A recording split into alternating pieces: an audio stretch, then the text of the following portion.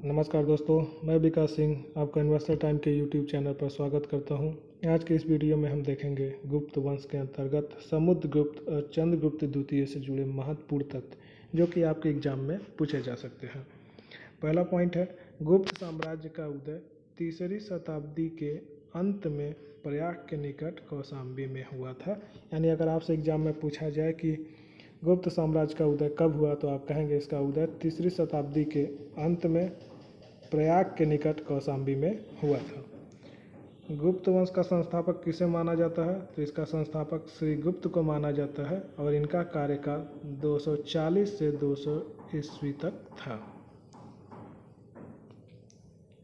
चंद्रगुप्त प्रथम का उत्तराधिकारी समुद्रगुप्त हुआ, जो 335 ईस्वी में राजगद्दी पर बैठा। इसने आर्यव्रत के 9 शासकों और दक्षिणावर्त के 12 शासकों को पराजित किया। इन्हीं विजयों के कारण इन्हें भारत का नेपोलियन कहा जाता है। अगला पॉइंट है, समुद्रगुप्त को अपना उत्तराधिकारी बनाने के बाद चंद्रगुप्त ने संन्यास ग्रहण कर लिया। अगर आपसे एग्जाम में पूछा जाए कि चंद्रगुप्त ने समुद्रगुप्त को अपना उत्तराधिकारी बनाया, उसके बाद उनका क्या हुआ, तो आप कहेंगे उन्होंने अपना संन्यास ग्रहण कर लिया। समुद्रगुप्त कैसा था, तो वो था आक्रमणकारी यानी हमला करने वाला एवं साम्राज्यवादी यानी साम्राज्य के विस्तार वाला वो शासक था, ऐसा हमें अभिलेखों से पता चलता है। नेक्स्ट पॉइंट है, समुद्रगुप्त का दरबारी कवि कौन था, तो वो थे हरिसेन, जिसने इलाहाबाद में प्रशस्ति लेख की रचना की थी। नेक्स्ट पॉइंट है, प्रयाग प्रशस्ति से समुद्रगुप्त के विषय में जानकारी मिलती है, जिसे कि उसने अश्वमेध यज्ञ किया, धरणीबद्ध यानी पृथ्वी को बांधना अपना लक्ष्य बनाया। प्रयाग प्रशस्ति हमें क्या बताती है, कि प्रयाग प्रशस्ति हमें यह बताती है कि समुद्रगुप्त ने अश्वमेध यज्ञ किया और पृथ्वी को बांधना यानी पूरे पृथ्वी को जीतना अपना लक्ष्य उसने बनाया। हम लोग आगे देखेंगे समुद्रगुप्त के पदाधिकारी यानी इनके कार्यकाल में कौन से पद पे कौन अधिकारी थे और उनको क्या कहते थे, उसके बारे में हम लोग देखेंगे। तो एक थे संधि विग्रह यानी संधि एवं युद्ध का मंत्री। नेक्स्ट था कुमारा मात्य यानी गुप्त साम्राज्य के सबसे बड़े अधिकारी को किस नाम से जाना जाता था, तो वो थे कुमारा मात्य। अगला है खाद्यातिका यानी राजकीय भोजनालय का अध्यक्ष को क्या कहते थे हम लोग, खाद्यातिका। नेक्स्ट है महादंडनायक यानी न्यायाधीश।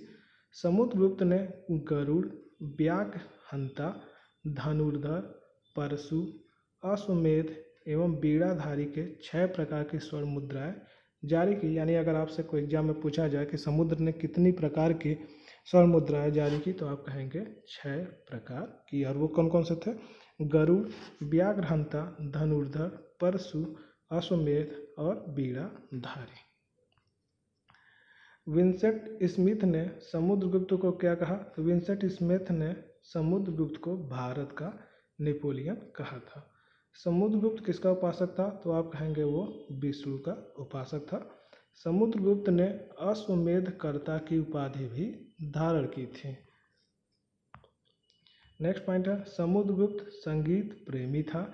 ऐसा अनुमान उसके सिक्कों पर उसने बीड़ा वादन करते हुए दिखाया जाने से लगाया जाता है।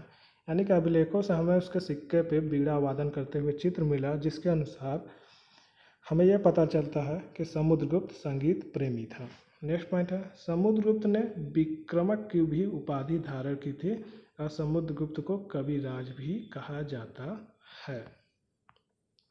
नेक्स्ट पॉइंट है, श्रीलंका के शासक मेघवर्मन ने समुद्रगुप्त से गया में एक बौद्ध मंदिर बनाने की अनुमति मांगी थी। नेक्स्ट पॉइंट है, समुद्रगुप्त का उत्तराधिकारी चंद्रगुप्त द्वितीय हुआ, जो 380 में ईस्वी में राजगद्दी पर बैठा। यानी 380 से उसने अपना शासक वहाँ का बना। चंद्रगुप्त द्वितीय ने अपनी पुत्री प्रभावती गुप्त का विवाह वाकाटक नरेश रुद्रसेन से किया।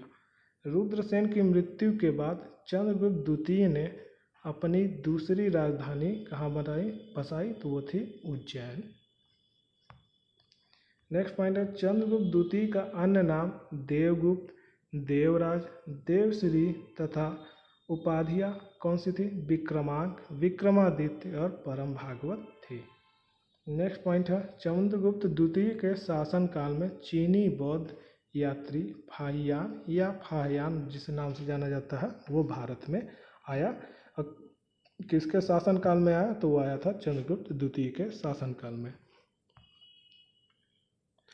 नेक्स्ट पॉइंट है चंद्रगुप्त द्वितीय के 9 रत्न थे, कौन कौन से थे? कालिदास, अमर सिंह, शंकु, धनवंतरी, छपड़क, वेताल भट्ट, वरुचि, घटकप्पर और बराहमीर इसके चंद्रगुप्त द्वितीय के 9 रत्नों में ये शामिल थे। चंद्रगुप्त द्वितीय का संधि विग्रहिक वीरसेन से था, यानी चंद्रगुप्त द्वितीय का संधि विग्रहिक वीरसेन से था।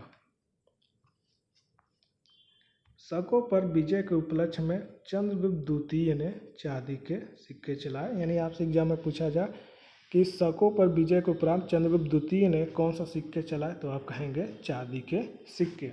नेक्स्ट पॉइंट है चंद्रगुप्त द्वितीय का उत्तराधिकारी कुमारगुप्त प्रथम या जिसे हम लोग गोविंद पुत्र भी जानते हैं हुआ और इनका शासनकाल 415 ईस्वी से 454 ईस्वी के बीच रहा।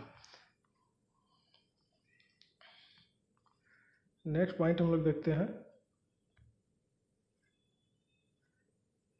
चंद्रगुप्त द्वितीय के शासनकाल में संस्कृत भाषा का सबसे प्रसिद्ध कवि कौन थे? तो वे थे कालिदास। नेक्स्ट पॉइंट है चंद्रगुप्त द्वितीय के दरबार में रहने वाला आर्यवेदाचार्य कौन था? तो वो थे धन्वंतरी।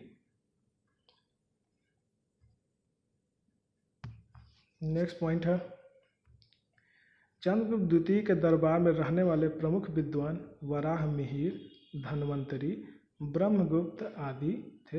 हम लोग आगे देखेंगे चंद्रगुप्त द्वितीय के पदाधिकारी, यानी इनके कार्यकाल में कौन कौन सा पद पे कौन कौन से अधिकारी हुआ करते थे।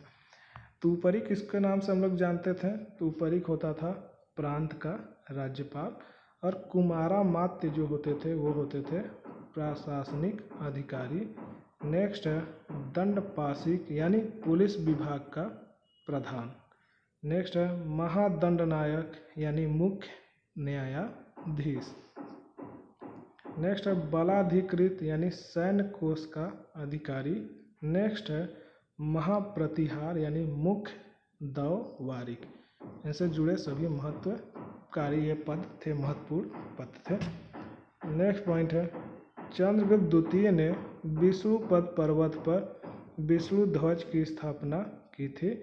नेक्स्ट पॉइंट है गुप्त काल में चांदी के सिक्कों का रुपये कहा जाता है, चांदी के सिक्के क्या कहा जाता था? रुपये का कहा जाता था।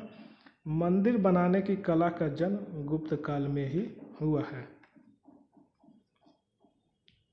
सांस्कृतिक उपलब्धियों के कारण गुप्त काल को भारतीय इतिहास का स्वर्ण युग कहा जाता है। आज के वीडियो में सिर्फ इतना ही। अगर वीडियो पसंद आया हो तो वीडियो को लाइक और चैनल को सब्सक्राइब करना न भूलें और आपके जो भी वीडियो से रिलेटेड सुझाव हो वो कमेंट करके ज़रूर बताएं ताकि आने वाले वीडियो में उस कमी को सुधार सकूं और आपके लिए अच्छी वीडियो बना सकूं।